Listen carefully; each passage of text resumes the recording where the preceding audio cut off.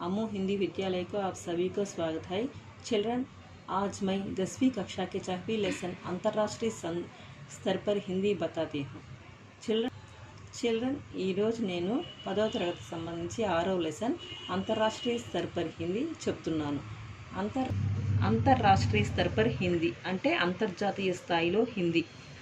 उन्मुखीकरण అంటే ప్రస్తుతీకరణ. Okay children, పశుపక్షిयों की भी भाषा होती है.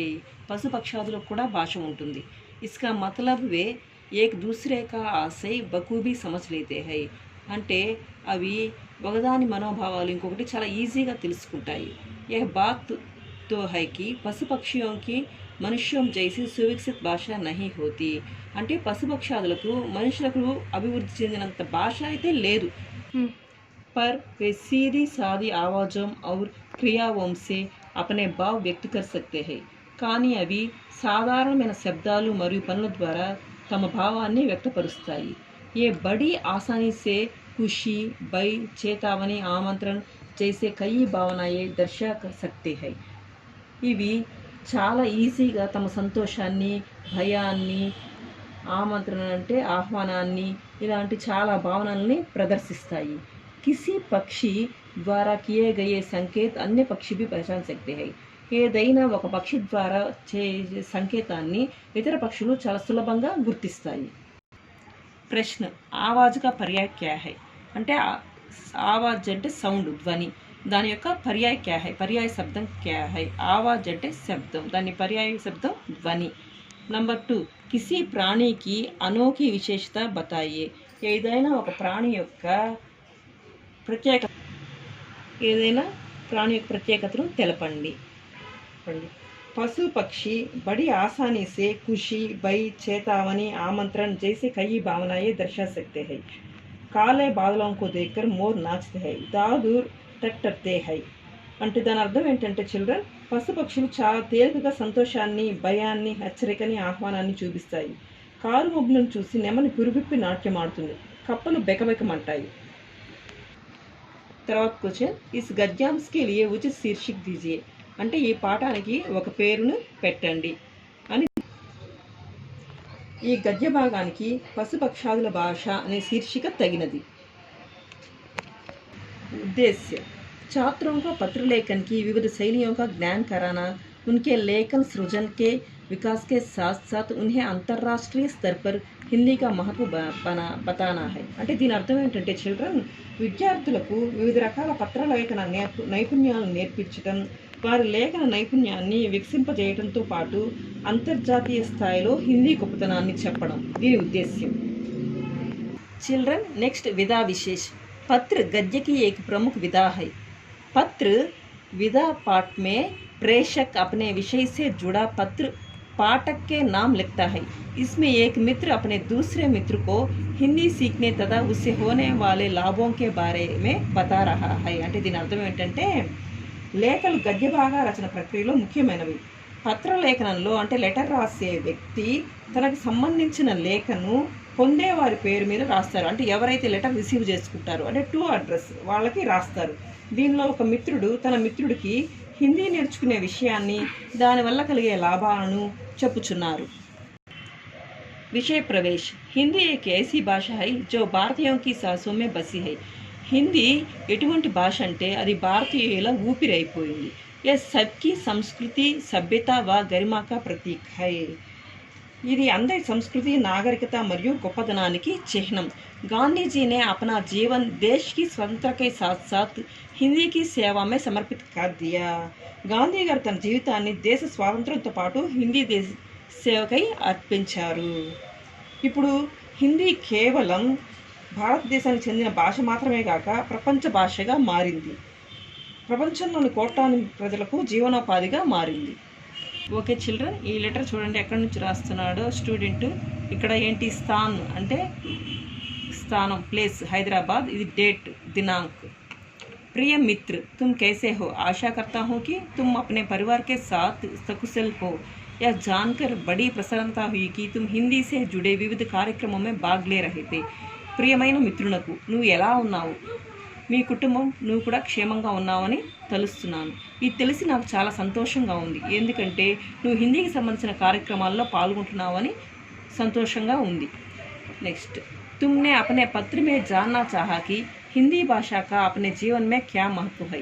मैं तुम्हारी जिज्ञासा का नीचे समाधान दे रहा है. నువ్వు నీ లెటర్లో హిందీ భాష గురించి తెలుసుకోవాలని దాని యొక్క ప్రాముఖ్యత ఏమిటి అని అడిగావు. నేను నీ కోరికని కింద సమాధాన రూపంలో రాస్తున్నాను. भारतीय स्वतंत्रता संग्राम में देश को एकता के सूत्र में बांधने के लिए एक भाषा की आवश्यकता हुई. భారతీయ స్వాతంత్ర పోరాటంలో దేశాన్ని ఐకమత్యంగా చేసేదానికి ఒక భాష అవసరమైంది. యహ్ కామ్ హిందీ సే హీ సాధ్య హో సకా. అది హిందీతోనే సాధ్యమైంది. ఆజ్ హమే ఏక్ సే అధిక భాషయే సీఖ్నా జరూరీ హై. ఈ రోజుల్లో మనకి ఒక భాష కంటే ఎక్కువ భాషలు నేర్చుకోవడం అవసరమైంది, ముఖ్యమైనది. జిన్మే హిందీ और अंग्रेजी का स्थान महत्वपूर्ण है. వాటిలో హిందీ మరియు ఇంగ్లీష్ కా ప్రాముఖ్య స్థానం ఉన్నది. हिंदी से हम सारे भारत की पहचान अच्छी तरह से कर सकते हैं.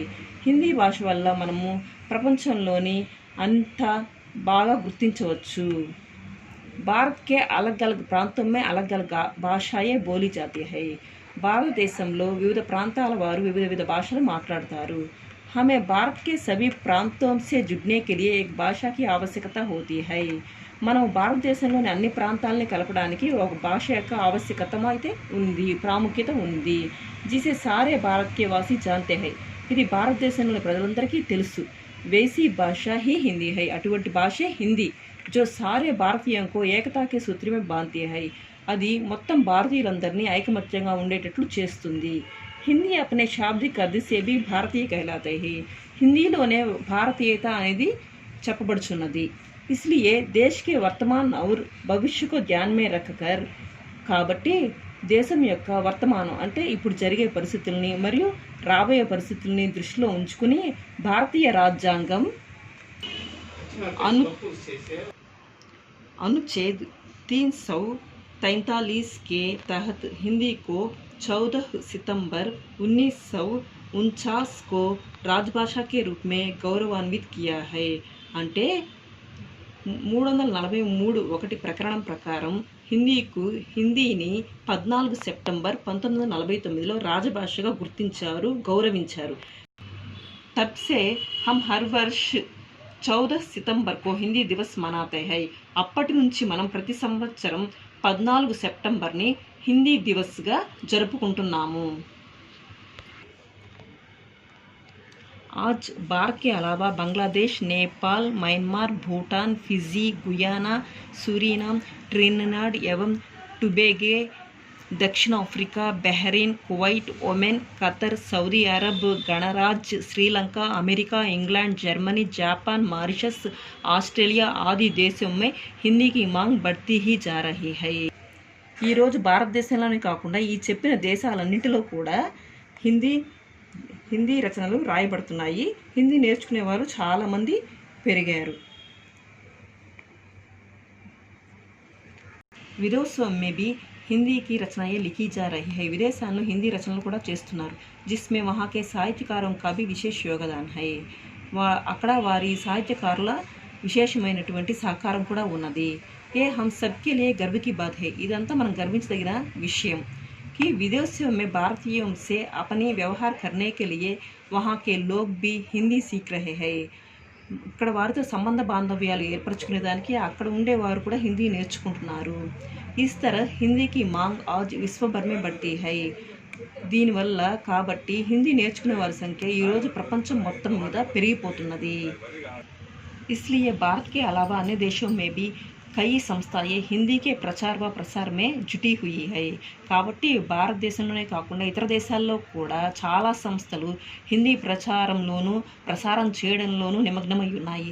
जिनमें केंद्रीय हिंदी संस्थान हिंदी शिक्षण प्रशिक्षण कार्यों से देश विदेश में अपना महत्वपूर्ण योगदान दे रहे हैं. వాటిలో ముఖ్యమైనది ఏంటంటే కేంద్రీయ హిందీ సంస్థాన్. ఇది శిక్షణ ప్రశిక్షణ కార్యం శిక్షణ ఇవ్వడంలోనూ ప్రశిక్షణ ట్రైనింగ్ ఇవ్వడంలోనూ దేశ విదేశాల్లో తన ప్రాముఖ్యతని योगदानाన్ని సమర్పిస్తుంది. आज विश्व भर में करीब 150 से अधिक विश्वविद्यालय हिंदी संबंधी कोर्सों का. ఈరోజు ప్రపంచవ్యాప్తంగా సుమారు 150 కంటే ఎక్కువ యూనివర్సిటీలు హిందీ సంబంధిత కోర్సులను సంచాలన కర్ రహే హై. 150కి పైగా యూనివర్సిటీలు హిందీ కోర్సులను నడుపుతున్నాయన్నమాట. बैंक, मीडिया, फिल्म, उद्योगी आदि क्षेत्रों में भी हिंदी की उपयोगिता दिन ब दिन बढ़ती ही जा रही है. बैंक, मीडिया రంగంలో, ఫిల్మ్ రంగాల్లో ఈ హిందీ యొక్క ఆవశ్యకత రోజు రోజుకి పెరిగిపోతుంది. इस तरह आज हिंदी नए नए रोजगारों का प्रमुख आधार बन चुकी है. ఈ విధంగా ఈ రోజుల్లో హిందీ కొత్త కొత్త रोजगारों का ప్రముఖమైనటువంటి ఆధారంగా మారిపోయింది. हिंदी से अपने भविष्य का निर्माण करने वालों के लिए హిందీ నుంచి తమ భవిష్యత్తును బాగా నిర్మించుకోవడానికి